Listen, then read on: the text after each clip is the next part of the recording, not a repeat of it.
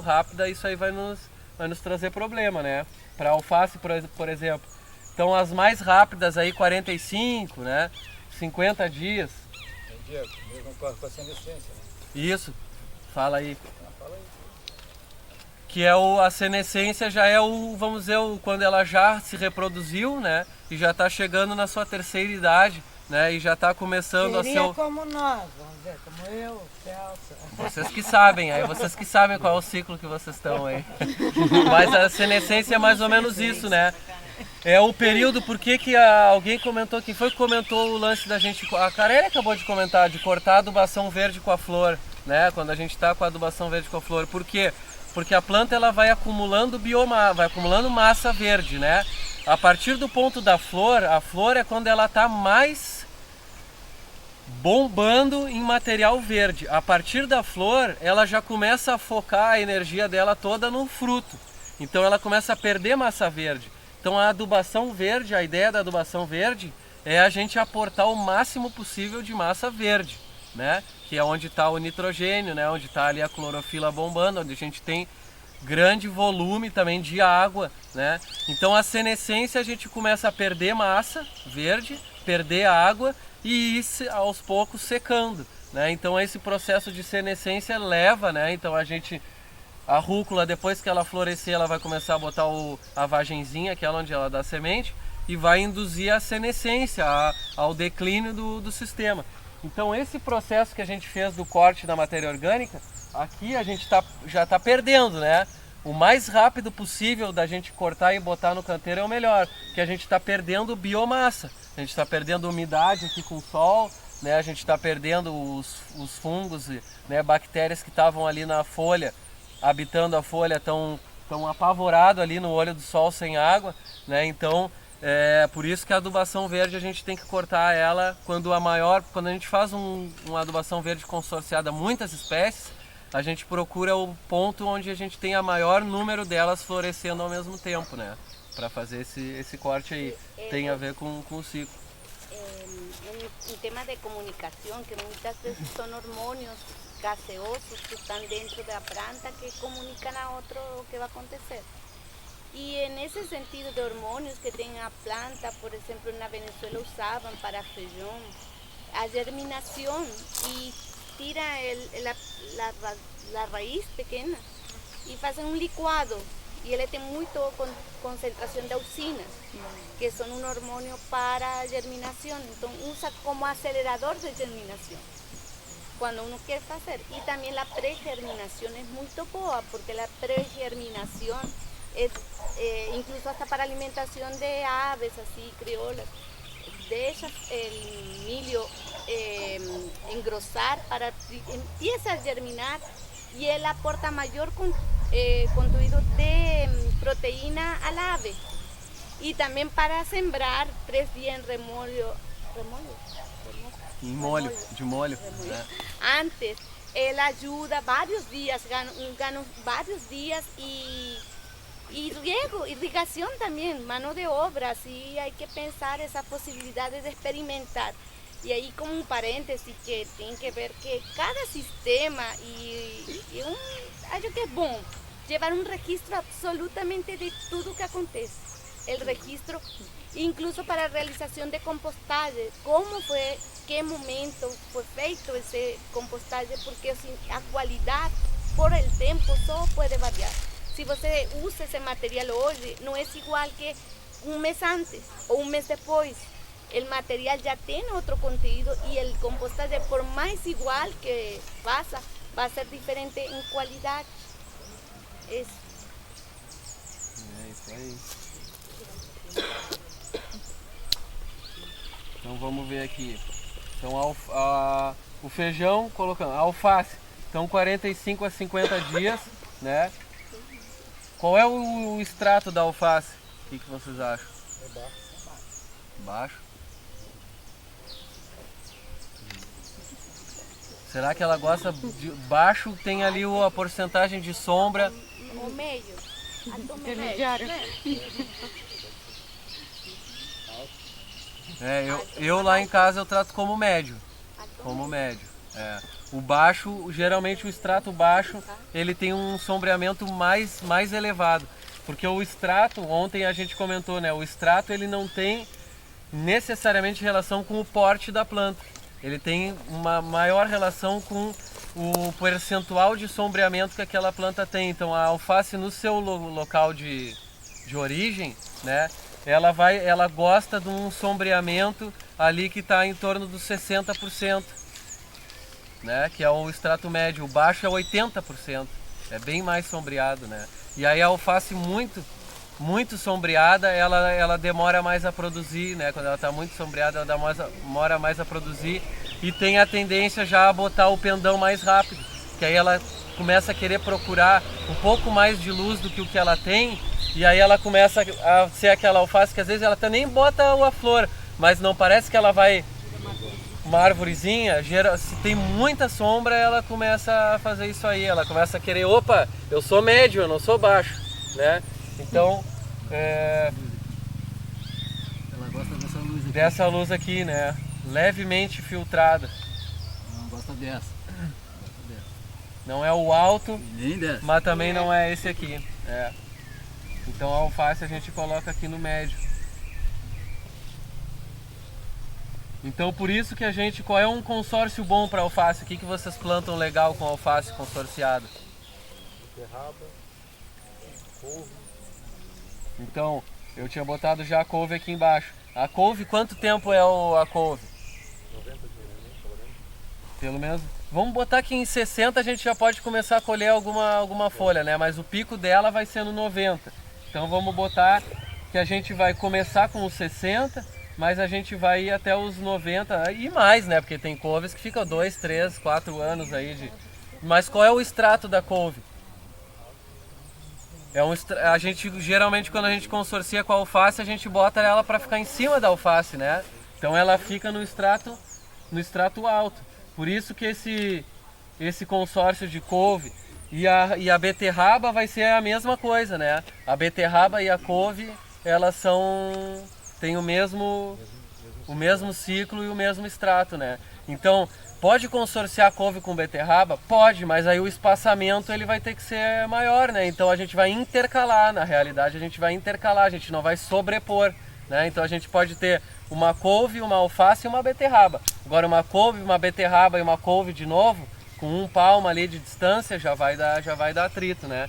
Então a couve é geralmente o que a gente faz, então nos 60 dias a gente já vai fazendo aquele manejo de estratificação. Então o manejo de estratificação é aquele manejo que a gente quer colocar a couve no lugar dela, que é o lugar alto, né, para deixar o extrato, a alface no extrato também adequado dela. Então a gente já vai tirando as primeiras folhinhas para ela não começar a bater ali na alface, né, a se tocarem as folhas, né, e a gente consorciar elas legal, né. A salsa e a cenoura e a beterraba que tu comentou, eu coloco aqui. O que vocês colocam? Fazem diferente? Quanto tempo? É mais ou menos 60, 90 dias, né? 60 dias. A